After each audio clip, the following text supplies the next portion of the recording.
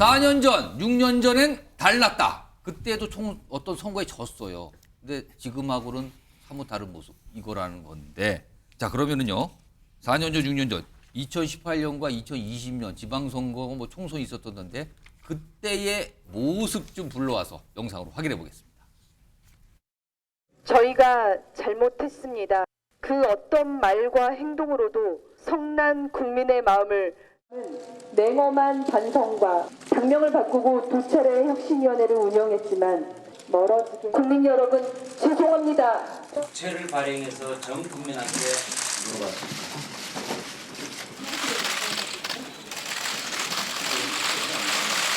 이거로 여하히 어떻게 될 것인가 하는 생각을 하지 않을 수가 없습니다. 자, 앞서 보신 영상은요. 6년 전, 4년 전에 각각 선거에 졌을 때 총 패배한 뒤 일주일 안에 다 벌어진 일이에요. 무릎을 꿇고 국민들께 사죄드립니다. 잘하겠습니다. 당이 비상입니다. 쇄신하겠습니다. 비상체제로 갑니다. 이런 게 신속하게 다 결정이 됐습니다. 지금하고 좀 다르다는 얘기가 나오죠. 그래서 화면 좀 보겠습니다. 자, 내용 보시면요. 선거 참패 6년 전엔 무릎 꿇은 여당. 지금은 2018년부터 보죠. 당시 지방선거 자유한국당 참패였어요. 현역 의원들이요 국회 본청에서 무릎 꿇고 반성문을 낭독합니다. 방금 보여준 영상입니다. 이런 모습이 있었어요. 바로. 그리고 현수막에 저희가 잘못했습니다. 처절하게 반성하겠습니다. 이런 얘기가 나온 거예요. 자, 2020년 총선으로 갑니다. 역시 미래통합당 참패입니다. 일주일 만에 당선인과 의원들 대상으로 전수조사를 벌입니다. 어떻게 했으면 좋겠습니까? 빨리 조사를 한 거죠. 그리고 비대위 체제로 빠르게 전환하고 비대위원장을 영입을 했습니다. 그 이후에 보궐선거 승리 있었고요.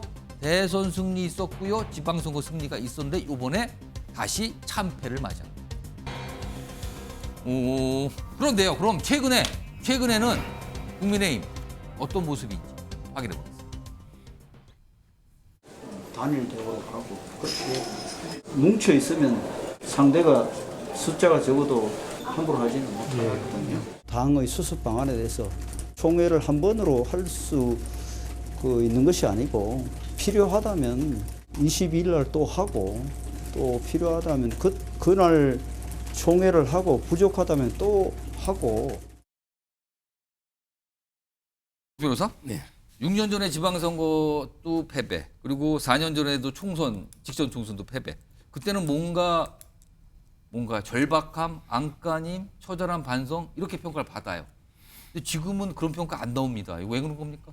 아니 저는 그렇게 동의 안 하는 게요. 오. 지금도 이제 그 한동훈 위원장이 모든 책임을 지고 예. 총선 다음 날 바로 사퇴했잖아요. 예. 근데 이게 반성이 없는 건 아니라고 보고요. 오. 지방선거니까 이제 현역 의원들이 무릎 꿇고 하지만 이번에는 이제 현역 의원들이 공천 나간 건 아니잖아요. 예. 지금 현역 의원 중에 공천 못 받은 분이 많거든요. 오. 따라서 지방선거하고 비교할 건 아니고. 예. 그다음에 김종인 비대위는 이번에는 이제 비대위보다는 윤재욱 원내대표는 잠시 관리형으로 가고 이제는 이제 정식 전당대회를 해서 예. 지도부 선출해라. 이게 압도적이게 많아요.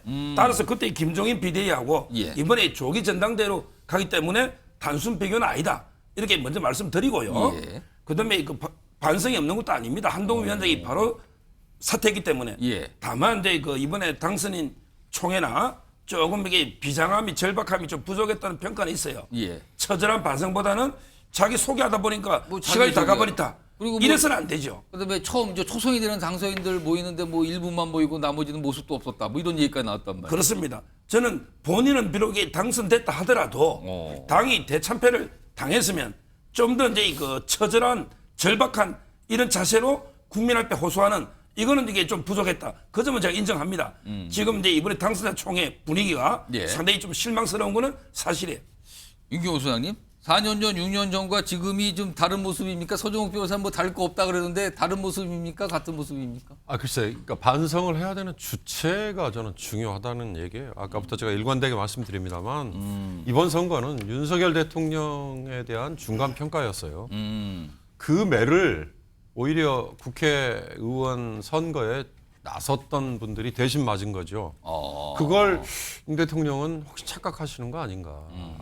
그 매는 나에게 때린 게 아니고 국회의원들이 맞은 거야. 그 얘기하다가 혼난 게 2016년에 박근혜 전 대통령이죠. 아. 그때 한석 졌잖아요.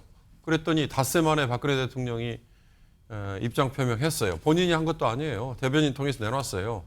국민들이 국회가 변화하도록 준엄하게 매를 때린 겁니다. 이렇게 얘기했단 말이에요. 그리고 나서 1년 후에 박근혜 대통령 탄핵당했습니다. 그러니까 지금은요. 반성을 해야 되는 주체가 누군지를 명확하게 국민은 바로 그걸 원하고 있는 거예요. 대통령이 고개를 숙여라. 대통령이 태도를 바꿔라. 대통령이 생각을 바꿔라. 지금 그걸 주문하고 있는데 아니 엉뚱하게 왜 국회의원들이 반성 안 하느냐. 당 지도부가 왜 반성 안 하느냐.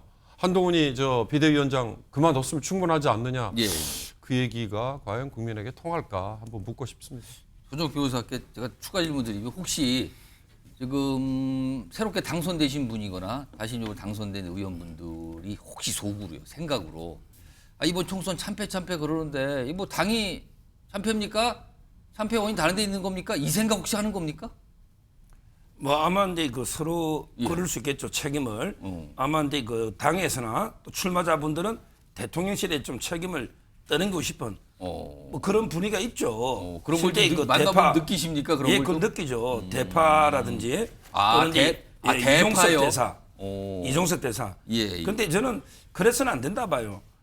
대통령실이 공천권은 제가 알기로 거의 행사 못했습니다. 아. 특히 비례라든지. 그렇다면 뭐 싸움에 나갈 장수를 다 대통령이 다 선발해서 졌다면 대통령이 다 책임져야죠. 아. 그런데 선수 선발은 한동훈 위원장이 당에서 다 했거든요. 당에서 한 거죠. 예. 그런데 왜 대통령실의 책임을 다 떠넘깁니까? 서로 책임 전가하기 답이 없습니다. 공멸합니다. 예. 저는 지금이라도 서로 자기들이 뭘 잘못 이번에 백서를 만들어야 되는데요. 제가 제안을 드렸죠. 백서를 만들 때 절대 남이 잘못한 거는 쓰지 말자. 자기가 잘못한 것만. 대통령실은 이런 우리 잘못이 있다 요거 쓰고요. 예. 당은 이런 잘못이 있다 쓰고 예. 후보들은 내가 이렇게 부족했다 쓰고 이걸 취합해서 저희처럼 객관적인 보수적인 또 외부에도 있잖아요. 예. 외부 인사들이 취합해서 제대로 객관적으로 한번 백서를 만들어 보자. 대신에 절대 남의 잘못 쓰지 마라. 이렇게 제가 제안합니다. 자, 아무튼 뭐 두 분의 평가 좀 갈렸지만 뭐 이런 상황이에요. 뭐 당 입장에서 뭔가 좀 답답한 상황이라고도 많은 분들이 말씀하고 계신데 이런 가운데요. 젊은 정치인들의 움직임이 좀 여당 내에서 있네요. 화면 좀 보겠습니다. 여기 보면은 천목회라는 모임이 만들어졌네요. 첫 번째 목요일 뭐 만나는 모임 뭐 이런 뜻을 갖고 있는 건데 창립을 했어요. 근데 여기 보시면은요. 여기 보면 뭐 이름들이 쫙 적혀 있는데요. 뭐 각지에 있어요.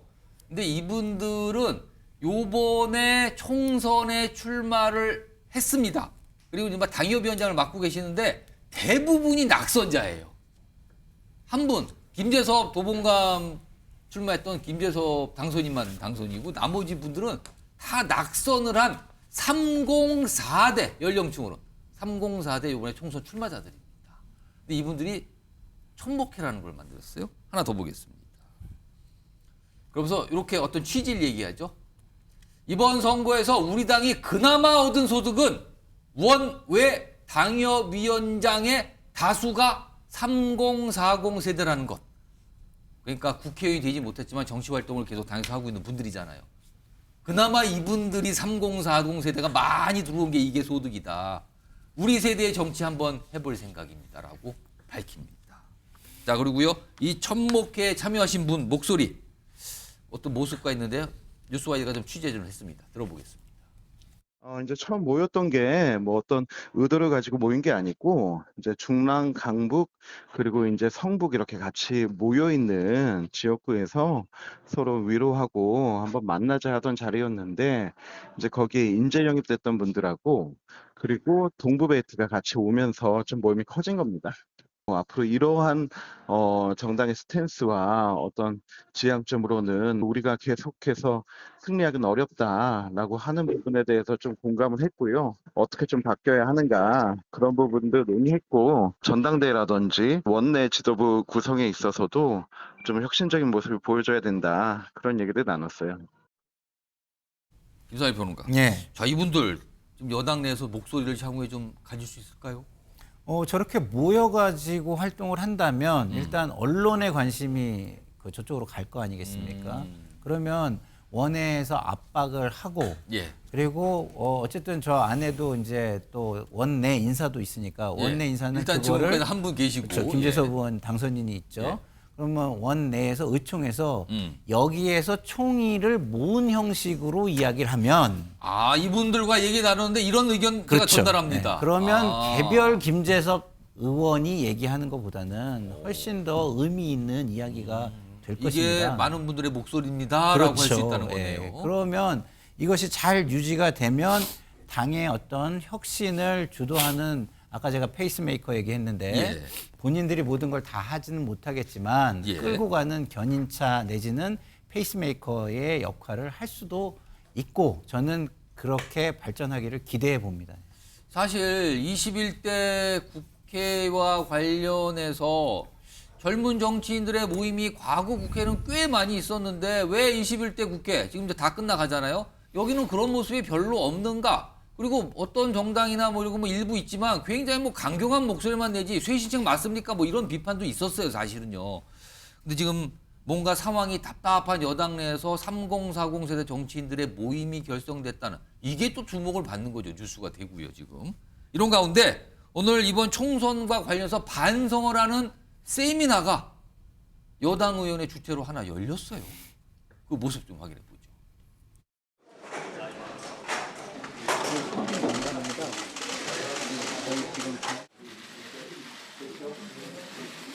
결국 위기가 위기임을 제대로 인식하지 못했다는 이 선거는 기본적으로 예견된 참패다. 개별적 패배를 당했음에도 불구하고 앞으로 있을 대선 지선에서도 이길 수 있을 거다라고 하는 것은 사실은 희망회로 나이가 들면 보수화가 된다라는 말이 통하지 않는 세대인 것 같습니다. 이러한 구조적인 상황을 국민의힘이 직시해야 된다. 이주루 전 의원. 그러니까 어떤 총선 패배 원인 분석을 한 자리군요. 이거 어떻게 들으셨습니까? 저런 자리를 당에서 사실은 공식 기구를 통해서 먼저 좀 만들었어야 되는데. 오늘 개별위원 차원에서 한 거란 말이에요. 그렇죠. 윤상현 의원이 아마 제가 이 모임을 만들어서 아마 한 것 같아요.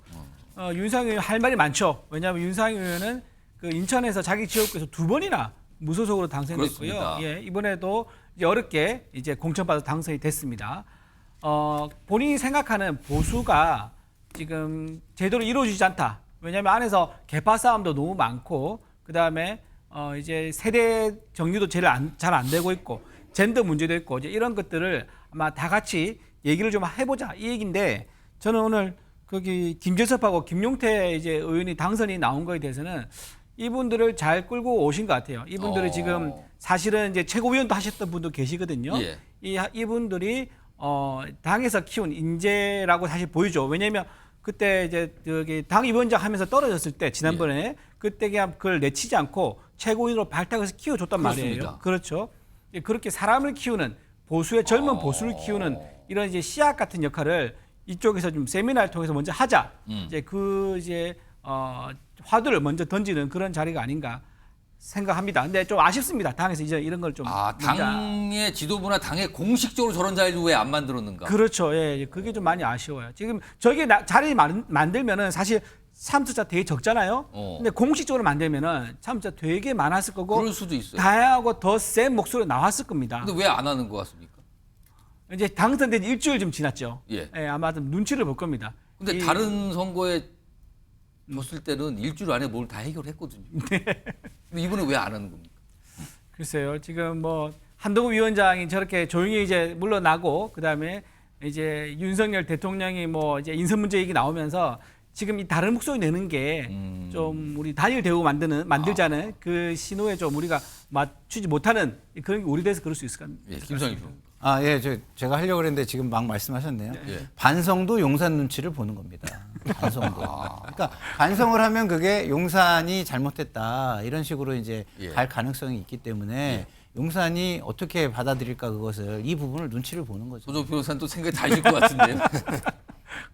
아마 근데 윤상현 의원이 그 본인이 상당히 당 대표에 좀 뜻이 있는 것 같더라고요. 지금 이제 그래서 중진이죠. 영남 대표는 영남보다 수도권이 돼야 된다. 그런 생각도 뭐 있는 그런 거 아니냐. 것들이 물론 이제 뭐 보수 재건의 길을 찾아보는 순수한 마음이라고 생각하지만 본인의 어떤 그런 다목적 보석. 예, 뭐 그런 것도 있지 않나 일본에 이렇게 봅니다. 하긴 정치인의 행보에 대해서 뭐 여러 가지 의미가 항상 있겠죠. 3040 관련해서 제가 한 말씀만 예. 드리면 아까 첫 목표에 대부분 낙선자고 김재섭 의원 한 명. 9명 중에 한 명만 지금 당선인이에요. 당선인이에요. 근데 저는 이번 선거 끝나고 나서 굉장히 고무적인 대목을 하나 발견했어요. 개혁신당에서는 이준석, 천하람, 그다음에 국민의힘에서는 김용태, 김재섭, 민주당에서는 전용기, 이소영 등등의 젊은 30대 젊은 의원들이 정치인들. 그렇게 포진된 아마 그것도 지역구에서 또 비례대표에서 그런 예가 별로 없는 것 같아서 이들은요 예.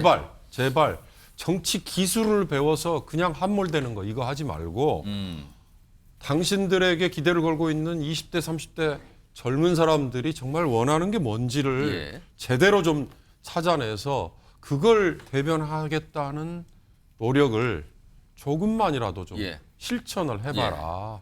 물론 그 전에도 해보려는 노력을 안 했겠어요. 그러나 그 정치 기술 배우는 거에 다 함몰돼서 아마 다 녹아버렸을 거예요. 근데 제발 이번에는 그런 의지를 좀 가지고 해주기를 좀 주문을 하고 싶어서요. 하나 더 좀 말씀드리면 예. 아까 첫 목회 말씀드린 조금만 예. 보태면 이게 모인 사람들 지역을 보면요. 한 분 빼고는 전부 다 수도권입니다. 수도권. 서울, 인천, 경기 다 그런 식이에요. 총선 때 진짜 어려웠다. 그렇죠. 근데 우리가 이번에 국힘에서 수도권에서 몇 석 나왔죠? 19석이 나왔어요. 예. 122석 중에서. 그러니까 이 수도권의 젊은 세력에 이렇게 모였다는 자체가 국힘한테는 비전이 있다. 예. 다음 지선과 대선의 비전이 있다. 이렇게는 볼 수 있을 것 같습니다. 알겠습니다.